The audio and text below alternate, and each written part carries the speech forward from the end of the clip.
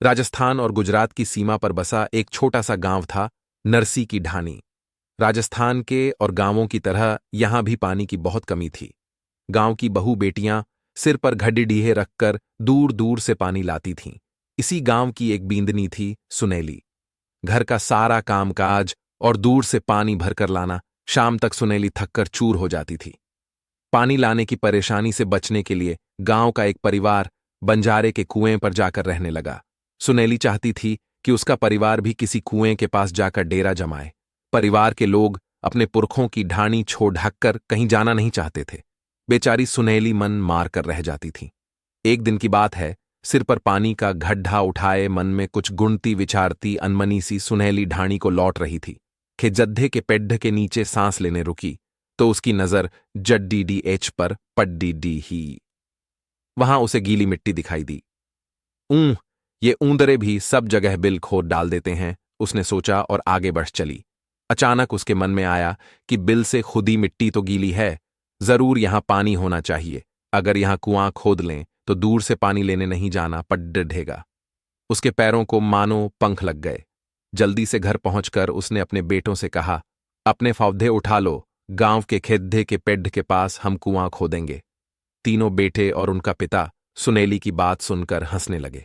ऊंदरों का बिल बनाना कौन सी नई बात है, पर यहां पानी कहां? उसके पति ने उसे समझाया पर सुनेली न मानी। ना आओ तुम मेरे साथ, मैं अकेली ही कुआं खोद लूंगी, उसने कहा और फावद्धा उठाकर चल दी खेजढे के पेड्ढ की ओर। बहुत देर तक जब सुनेली न लौटी तो बूढ़े ठाकुर ने बेटों से उसके बारे में पूछा। वे तीनों हंसते हुए बोले, मां तो फावद्धा लेकर कुआं खोदने गई है। ठाकुर ने बड्ढे बेटे को सुनेली को देखने भेजा। बेटा खिजधे के पेड्ढ के पास पहुंचा तो देखता ही रह गया। उसकी मां फावधे से खुदाई कर रही थी। पास ही बहुत सी ताजी मिट्टी पड्ढी थी। उसने मां के हाथों से फावधा लेकर खोदना शुरू किया। ऊपर की थोड़ी सी रेत के नीचे नरम मिट्टी निकल रही थी। बेटा पूरे उत्साह से खोदने में लग गया। ठुड्ढा सुस्ताने के बाद सुनेली ने कहा, बेटा मैं विश्वास के साथ कहती हूं कि यहां नीचे पानी है। सब मिलकर अगर खोदेंगे तो जल्दी ही कुआं बन सकता है। पर अगर कोई नहीं भी खोदता है तो भी मैं यहां खुदाई करती रहूंगी। अब तो मैं अपने कुएं का पानी पीकर ही मरूंगी। तू खुदाई कर, मैं तेरे लिए रोटी लेकर आती हूं। बेटा जोश में खुदाई करता रहा।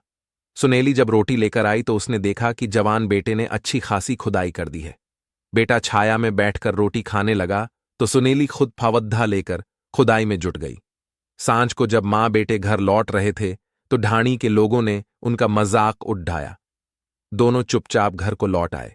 मन ही मन वे दोनों बहुत खुश थे।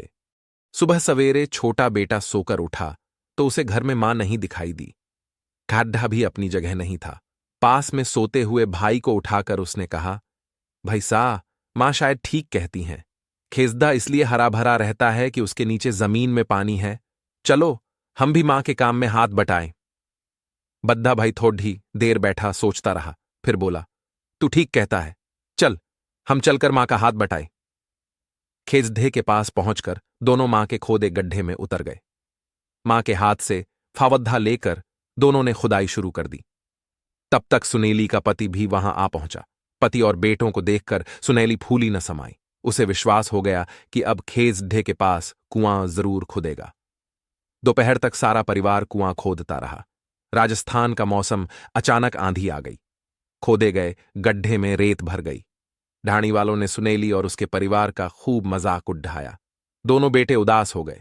सुनेली ने उनके माथे पर हाथ फेरते हुए कहा, अब हम दिन में आराम करेंगे और रात को चंदा की चांदनी में खुदाई करेंगे। तुम खुदाई करो और मैं मिट्टी फेंकती जाऊंगी। काम फिर आगे बढ़ा। उनकी लगन और विश्वास हो देखकर ढाणी वाले भी उनकी मदद के लिए आ गए।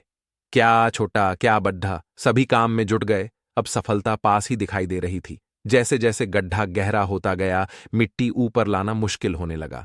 सुनेली ने तरकीब लगाई, बोली, जैसे कुएं से पानी निकालने के लिए गरारी लगाते हैं, वैसी गरारी यहां भी लगा लो, उससे मिट्टी ऊपर खींचना आसान हो जाएगा। अब जैसे ही मिट्टी ऊपर आती, बच्चे उसे फेंक आते। जल्दी ही कुएं में गीली मिट्टी निकल आई।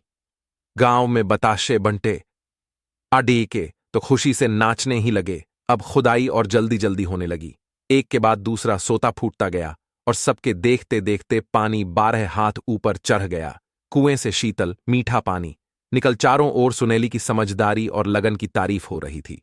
खुद उसका मन कर रहा था कि वह पानी में खूब खूब नहाए। अपनी जय जयकार सुनकर उसकी आंखें भर आईं। वह बोली, भाई लोगों, अकेला चना भात ढार नहीं फोड़ सकता। अगर आप मेरे साथ नहीं आते तो मैं अकेली भला क्या कर पाती। गांव के सबसे बूढ़े व्यक्ति ने कहा, या तो थारी हिम्मत है बींदनी सा, ऊंदरे तो बिल खोदते ही हैं, खेसधे भी राजस्थान में उगते ही हैं, पर अपने 80 बरस के जीवन में मैंने किसी को ऐसा सोचते नहीं देखा। सुनेली के खोदे कुएं में पानी कभी खत्म नहीं होता और लोग आज भी उसे सुनेली का कुआं कहते हैं।